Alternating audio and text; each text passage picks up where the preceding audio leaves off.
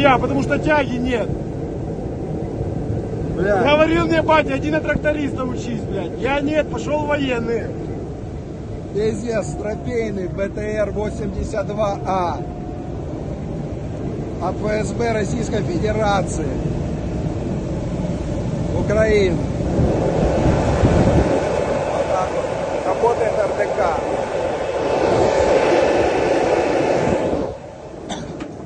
Благодарим шайбу за то, что смог проехать.